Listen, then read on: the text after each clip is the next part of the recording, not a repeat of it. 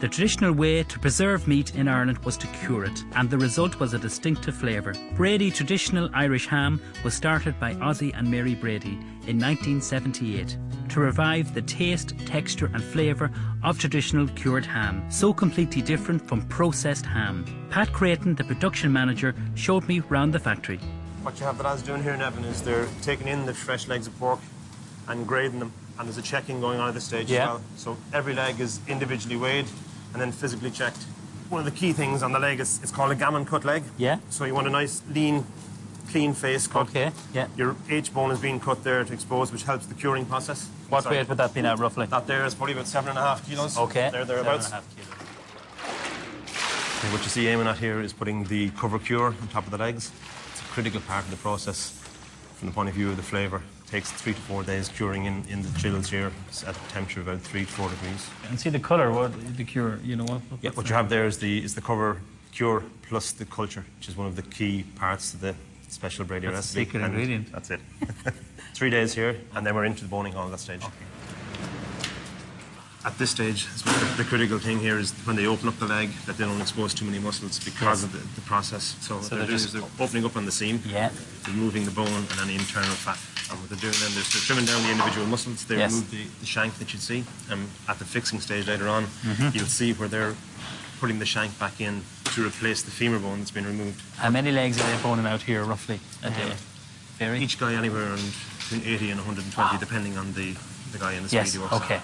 So what they're doing on the rind side of it, they're leaving on a certain amount of rind in the back of the ham. Yes. So during the cooking process, what you're getting on the rind, you're getting the constant basing from the rind and the fat that's been left on the product. Okay. We can get you kitted out if you want to have a go. I think I'll leave it to the experts. Huh? Okay. Jeez, they're the guys that know. I can bone a chicken, I don't know about a I'll tell you, I like a ham. There's some skill in that.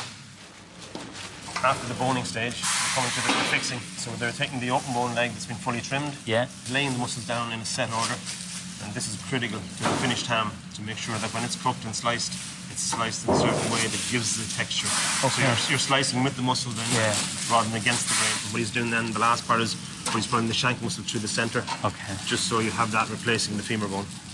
And then at the front you have the oyster and the knuckle. That's left to give you a nice clean face. At this stage here, when the ham's fixed in the bag, it goes onto the netting machine, it's netted, and he pierces the bag. This allows some of the juice during the cooking phase just to come out of the bag. Okay, and the net holds it together, is it? The net holds it together.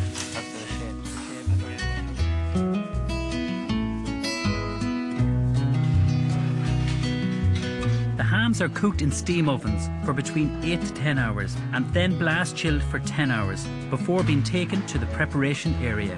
The first phase obviously is removing the bag and the net. Okay. The next part of that is removing the rind. So the key part is to remove the rind and leave the fat cover on. It's a key part of the overall flavour during the process, cooking process. You have the gelatine from that.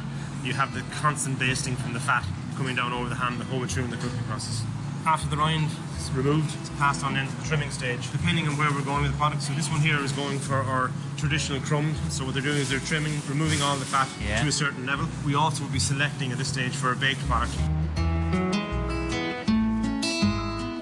Although produced in relatively large quantities, this is still an artisan product, with much of the work done by hand by very skilled people.